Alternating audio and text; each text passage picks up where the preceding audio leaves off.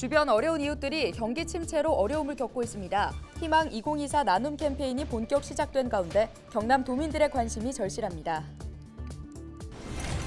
더불어민주당 거제시 의원들이 공직선거법 위반 혐의로 재판을 받고 있는 박종우 거제시장의 자진 사퇴를 촉구했습니다. 서울중 국회의원의 대시민 공개 사과도 요구했습니다. 우리 지역 국회의원들의 활동 소식을 살펴봅니다. 민홍철 국회의원은 동남권 순환광역철도 특별법을 발의했고 서울중 국회의원은 거제, 부산 광역버스 노선 신설을 적극 추진하고 있습니다. 1일부터 경상남도와 경남소방이 협력해 응급의료 상황실을 운영합니다.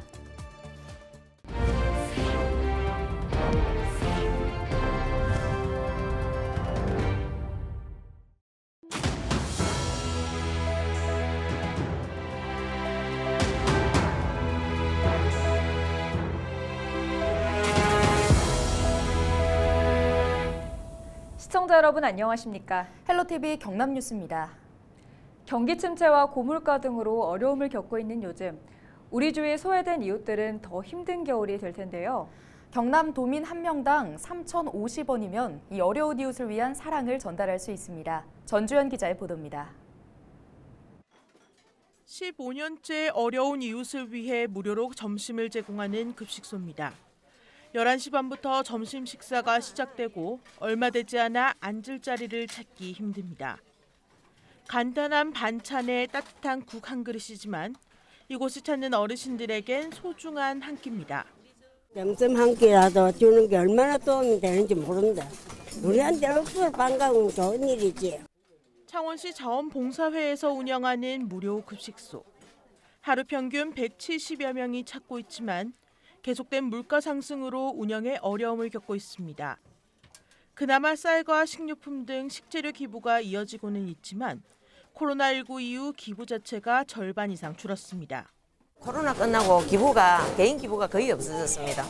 저희가 발로 많이 좀 뛰어다닙니다. 없는 걸 좀 찾으려고요. 경기 침체와 고물가로 소외된 이웃들은 더 춥게 느껴질 올겨울. 온정을 나눌 수 있는 희망 2024 나눔 캠페인이 1일부터 시작됐습니다. 올해 나눔 캠페인은 내년 1월 말까지 62일간 102억 1천만 원을 목표로 진행됩니다. 오늘부터 출발해서 1월 말일까지 62일 동안 나눔 캠페인을 전개하게 됩니다. 도민 여러분의 뜨거운 성원으로 분명히 펄펄 끓는 백도가 넘치리라고 믿어 의심치 않습니다. 기부 참여는 경남 지역의 금융기관과 읍면동 행정복지센터 등에 설치된 모금함과 ARS 등을 통해 가능합니다.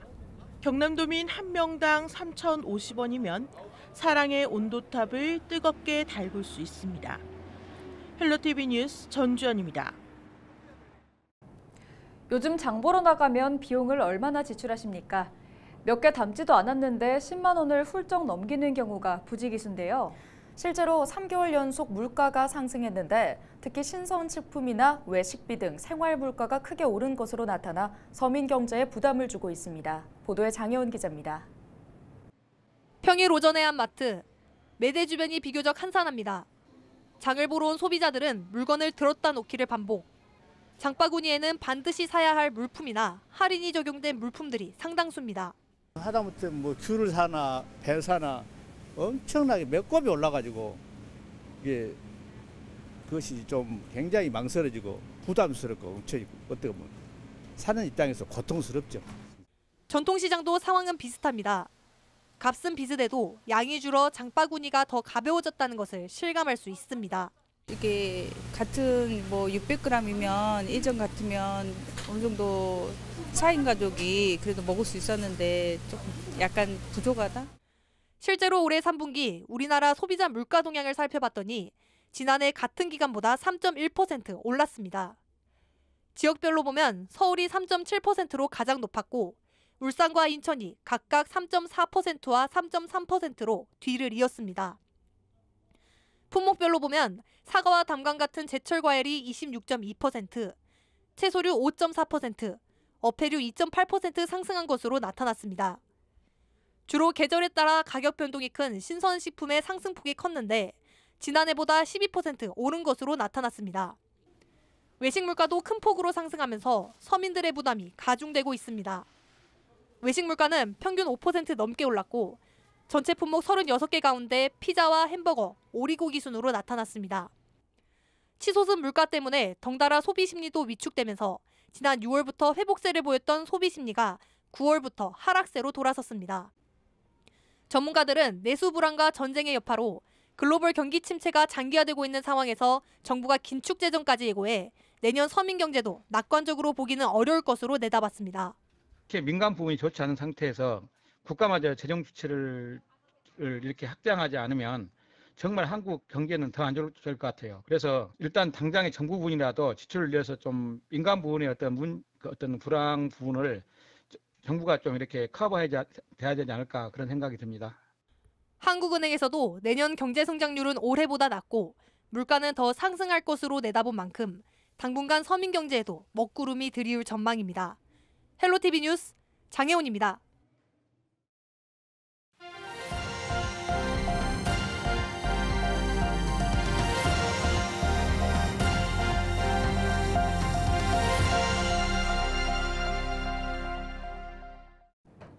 지역 소멸을 막아라 케이블TV 공동기획보도 순서입니다.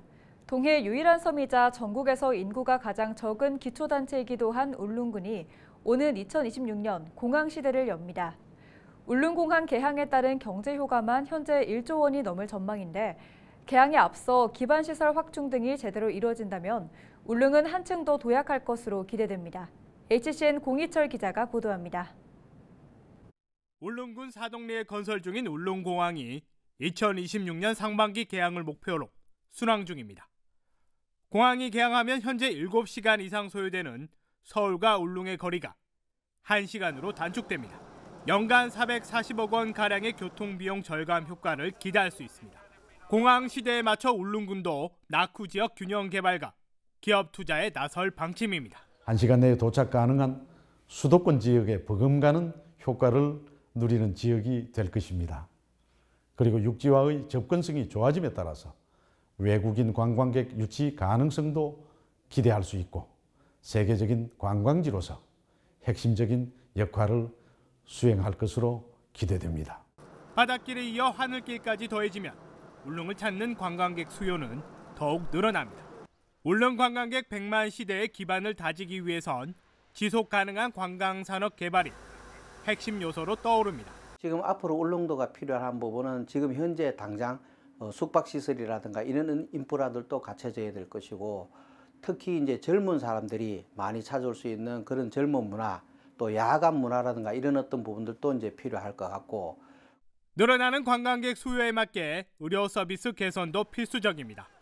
울릉군 의료시설은 단 한 곳뿐인데 정형외과 등 일부 진료 분야는 현지인보다 관광객 등 외지인 비율이 높은 걸 감안해야 합니다. 관광객 수요가 증가되면은 국가 차원이나 경상북도 차원에서 울릉군만 바라보는 게 아니고 도 차원에서 여러 가지 각종 지원이 필요할 거로 저는 생각합니다. 과거 고립된 섬이라는 오명과 현재 고령화와 인구 감소의 문제에 직면한 울릉군. 울릉공항 개항에 따른 경제 효과만 1조 3천억 원에 달할 걸로 예상되는 가운데 울릉군이 새로운 도약을 위한 시작점에 서 있습니다. 늘어가는 관광객 수요에 맞춰 지역 기반 인프라의 보완과 확충이 뒤따른다면 울릉군 지역 경제에 새로운 활력을 불어넣을 걸로 기대됩니다. HCN 뉴스 공희철입니다.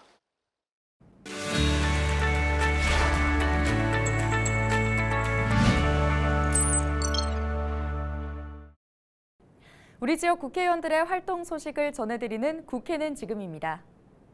민홍철 국회의원이 동남권 순환광역철도 건설과 운영에 관한 특별 법안을 대표 발의했습니다.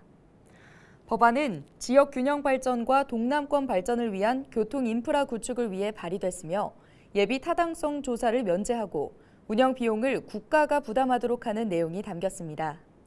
동남권 순환광역철도는 창원, 김해, 양산, 울산을 잇는 철도로 현재 사전 타당성 조사 용역이 진행되고 있습니다.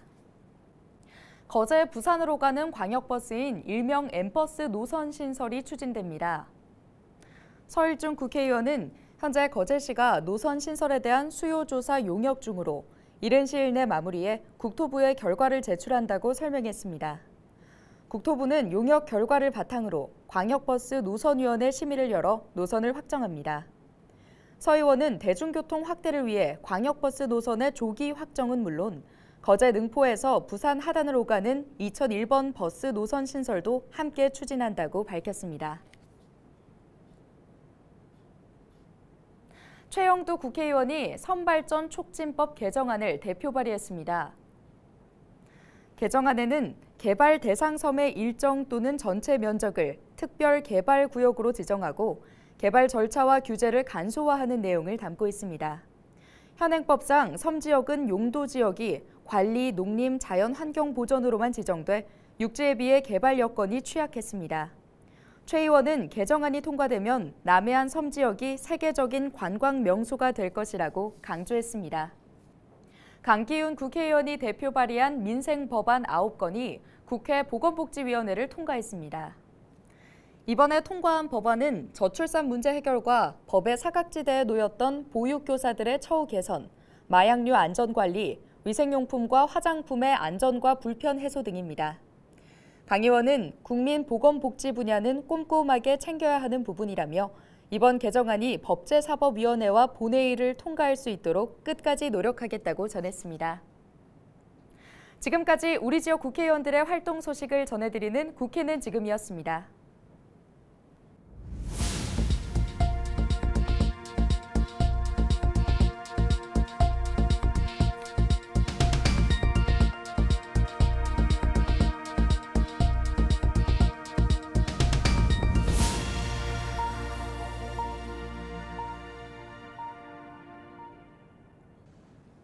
더불어민주당 거제시 의원들이 공직선거법 위반 혐의로 재판을 받고 있는 박종우 거제시장의 자진 사퇴를 촉구했습니다.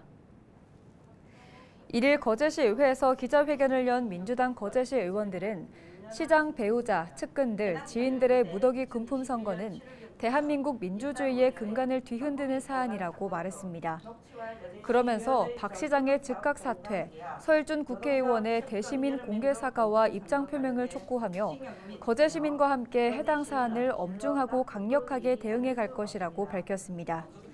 앞서 지난달 30일 박종우 거제시장은 1심에서 당선 무효형인 징역 6개월, 집행유예 2년을 선고받았습니다. 경상남도가 전국에서는 처음으로 응급의료 상황실을 1일부터 운영합니다. 앞으로 응급 환자가 발생하면 최종 병원이 선정되기까지 실시간으로 상황을 공유하고 관리합니다. 24시간 365일 대응하기 위해 경남도청 공무원과 경남소방본부 공무원 4개 팀 8명이 순환 근무합니다.